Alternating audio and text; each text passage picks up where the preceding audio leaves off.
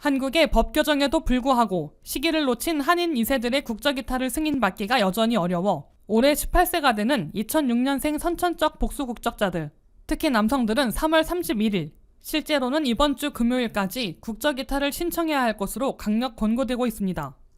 선천적 복수 국적자는 미국서 태어나 미국 시민권자임에도 출생 당시 부모 중 한 명이라도 영주권자 등 한국 국적이었기 때문에 자동적으로 미국적과 한국적을 동시에 갖게 된 한인 2세들을 말합니다.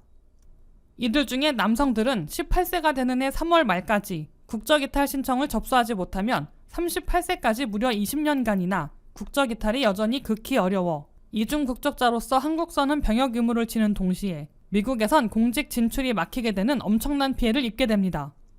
헌법 불합치 결정으로 국적법이 개정돼 시기를 놓친 선천적 복수 국적자들은 아무 때나 국적이탈을 신청할 수는 있게 됐으나 까다로운 규정과 절차로 대다수가 한국 정부로부터 기각당하고 있는 것으로 원성을 사고 있습니다.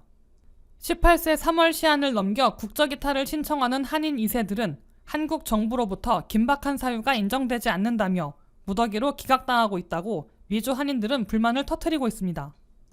이들 한인 2세들은 미국 사관학교에 진학하거나 연방정부 기관 가운데 민감한 부서인 국무부, 국방부, 중앙정보국, 연방수사국 등에 취업하기 위해 한국적 이탈을 신청하는 것임에도 취업 전에 긴박함을 증명하라고 요구하고 있어 시기 상관없는 국적이탈 가능 조항을 활용하지 못하고 있습니다.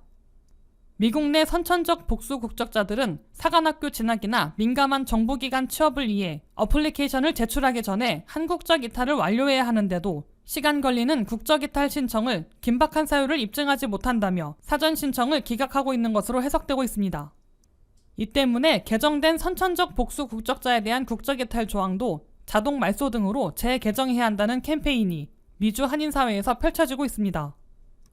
재개정 이전까지는 선천적 복수 국적자들, 특히 한인 남성들은 현행 규정대로 18세가 되는 해 3월 31일 이전에 거주지 관할 총영사관을 방문해 국적이탈 신청을 접수하라고 전문가들은 권하고 있습니다.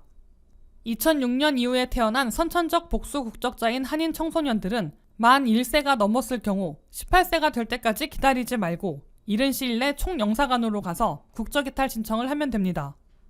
해당자들은 주미대사관 웹사이트에서 국적이탈에 요구되는 신청서와 증명서 등 서류들을 준비한 다음 영사관에 출두해 국적이탈을 신청해야 합니다. 또한 부모가 미국 시민권을 취득했을 경우 부모의 국적 상실 신고를 병행해야 합니다. 기본 증명서, 가족관계 증명서 등을 미리 준비하는 데에도 수일 걸리며 신청서를 접수한 후 한국 정부로부터 승인받는 데도 시간이 소요되기 때문에 가능한 빨리 서둘러야 할 것으로 보입니다. 만약 18세 되는 해에 국적이탈 기회를 놓친 한인 2세들이 나중에 한국 정부로부터 예외도 인정받지 못할 경우 미국에서는 사관학교, 연방외교관, 수사기관, 정보기관 등에 진학 또는 진출하기 어려워지는 막대한 불이익을 당하게 됩니다.